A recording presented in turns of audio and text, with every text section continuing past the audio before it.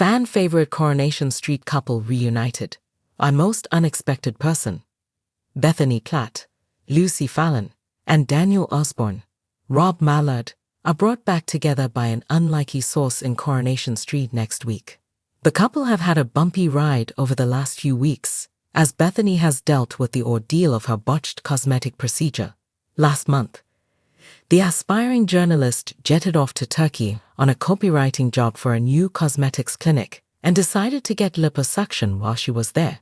However, the op was botched and left her fighting for her life with sepsis, as well as being fitted with a permanent stoma. To make matters worse, her insurance refused to pay out for her medical care as she had not declared the procedure, leaving her family scrambling to find £25,000 to pay the bill so she could return home. Following a traumatic period, on Friday Bethany told boyfriend Daniel he'd be better off with ex-girlfriend Daisy Mitchell, Charlotte Jordan. While he assured her that he loves her and not Daisy, Bethany ordered him to leave. In scenes to air next week, Daniel explains to Bethany's mum Sarah Platt that she has got it into her head that he won't want to be with her now she has a stoma bag. When Jenny Connor, Sally Ann Matthews, tells Daisy that Bethany has dumped Daniel, Daisy heads off to the hospital determined to set her straight. Will she listen to her former love rival? Coronation Street airs these scenes from Monday 14 October at 8 p.m. on ITV1 and ITVX.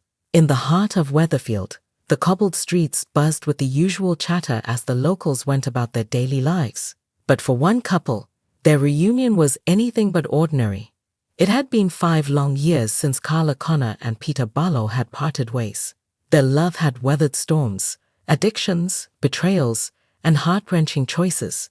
But ultimately, the strain had become too much.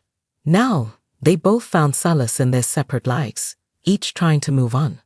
Carla had poured herself into her work at the Underworld factory, while Peter had thrown himself into running the Rover's Return. On a crisp autumn afternoon, fate played its hand.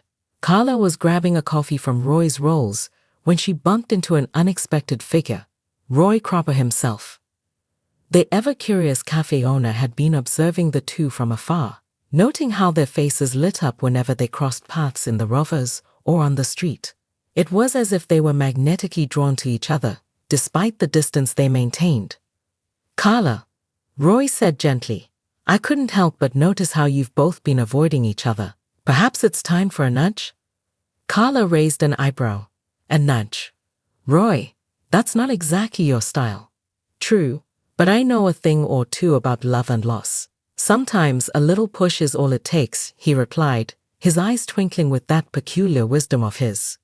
Taking Roy's words to heart, Carla found herself at a crossroads.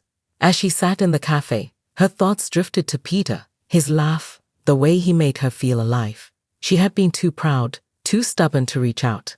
But what if she didn't have to? Meanwhile, across town, Peter was nursing a pint at the Rovers. His mind drifted to Carla, the woman who had held his heart in her hands. He recalled their late-night talks, their shared dreams, and the undeniable chemistry that still lingered in the air. He sighed, pushing aside the thought that maybe it was too late. Just then, Roy walked into the Rovers, carrying an air of purpose. He spotted Peter and approached him with his usual earnestness. "Peter, I believe it's time you had a chat with Carla." Peter raised an eyebrow. "What are you talking about, Roy?" "Trust me," Roy said, his voice steady. "Sometimes the best things happen when you least expect them." Intrigued and a little nervous, Peter agreed to meet Carla. He found her at the same table in Roy's Rolls, her usual determination softened by a hint of vulnerability. Their eyes met, and for a moment, the world outside faded away. "Hey," he said, his voice barely a whisper. "Hey," she replied, the corner of her mouth twitching into a smile.